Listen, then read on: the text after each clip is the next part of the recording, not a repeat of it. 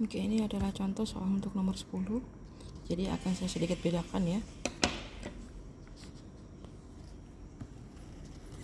Ini soal nomor 10. Kalau kalian lihat ada soal di sini. Ini adalah kesetimbangan, nanti ada nilai delta H-nya. Kalian fokus ke pertanyaannya ya. Fokus ini kan pertanyaannya di sini ya. Manakah kombinasi kondisi operasi yang paling tepat untuk menggeser kesetimbangan ke arah pembentukan produk? Ingat produk itu sebelah kanan ya, yang sebelah sini. Makanya kenapa di sini H2 dan CO2 ya. Jadi gimana caranya supaya geser ke kanan seperti itu. Ya. Oke, ini contoh soalnya seperti ini. Ini saya bikin persamaan reaksi yang baru. Jadi ada 4 persamaan reaksi, ada 4 zat. Ini proses kesetimbangan, kemudian ada nilai delta H-nya. Nah, geser kesetimbangan di atas ke arah produk, berarti supaya NO-nya sama H2O-nya bertambah, jadi geser ke kanan gitu ya, supaya caranya geser ke kanan. Ingat, buka lagi catatannya, kemarin sudah pernah ya semester 1 kelas 2 itu udah kita bahas kalau nggak salah tentang kesetimbangan. Jadi jangan dibuang ya catatannya ya, tetap dipakai bukunya tentang kesetimbangan. Kesetimbangan ada faktor suhu, ada faktor konsentrasi, ada faktor tekanan, dan ada terakhir faktor volume. Diingat-ingat kembali catatannya ya. Nah, kita mulai aja langsung. Siapa nanti sambil kita jelaskan kalian bisa memahami. Di sini saya tulis ulang nilai bersama reaksinya, kemudian ada nilai delta H-nya. Saya tulis ulang dulu ya. Oke, yang pertama, kita mau pakai faktor suhu dulu. Ini kan kita mau geser ke kanan ya, supaya ini bergeser ke kanan sini. Berarti kita prediksi dulu, ini nih reaksi exo atau reaksi endoterm. Kalau dia minus, di sini minus, ini minus ya. Berarti ini adalah reaksi exotherm. Seperti itu. Berarti ini reaksinya adalah exotherm. Ya, hasil reaksinya, jadi hasil reaksinya exotherm. Kalau ini min berarti exothermnya di kanan, berarti yang di depan itu endotherm gitu ya. Kalau ini tandanya plus berarti ini endo, ini exo gitu ya, simpel seperti itu. Oke, yang pertama suhu, karena kita mau geser ke kanan berarti reaksinya exotherm, berarti kalau suhunya naik, kalau suhunya dinaikkan berarti reaksinya ke endo, kalau suhunya diturunkan berarti reaksinya ke exo.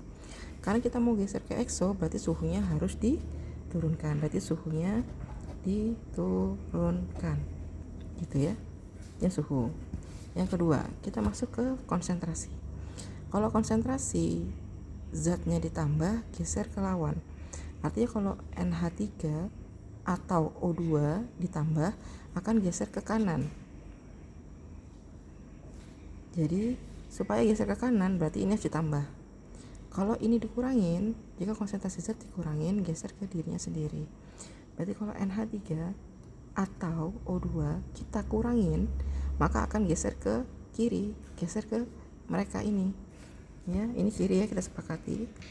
Ini yang kanan ya. Nah, kanan produk ya, dan kiri reaksi. Jadi kalau ini dikurangin, gesernya ke mereka berdua. Kalau ini ditambahkan, berarti gesernya ke kanan.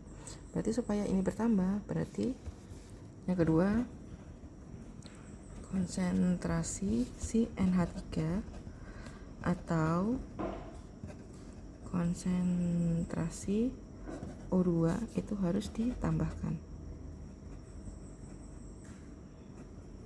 Gitu ya.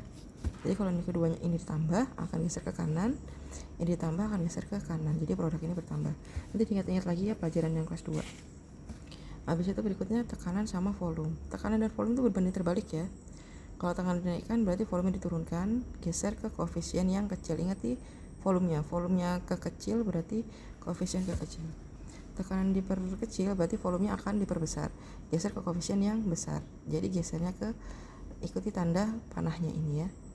Kalau volumenya besar berarti ke besar koefisiennya, volumenya kecil berarti koefisiennya juga kecil. Sekarang kita lihat di sini. Ini koefisiennya 4, ini koefisiennya 5, total 9. Ini koefisiennya 4, ini koefisiennya 6, totalnya 10 ya.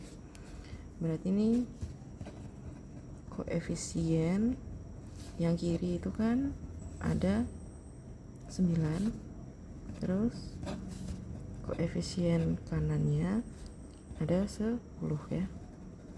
Ada 10. Berarti supaya bergeser ke kanan, berarti kan geser ke koefisien yang besar ya. Saya ulang. Supaya geser ke kanan, berarti kan geser ke koefisien yang besar. Karena kan 9 sama 10 besaran mana? Besaran 10 kan gitu ya. Berarti supaya gesernya ke koefisien yang besar, maka manakah yang koefisien besar? Yang ini kan. Berarti tekanannya harus diperkecil, volumenya harus diperbesar gitu ya. Oke.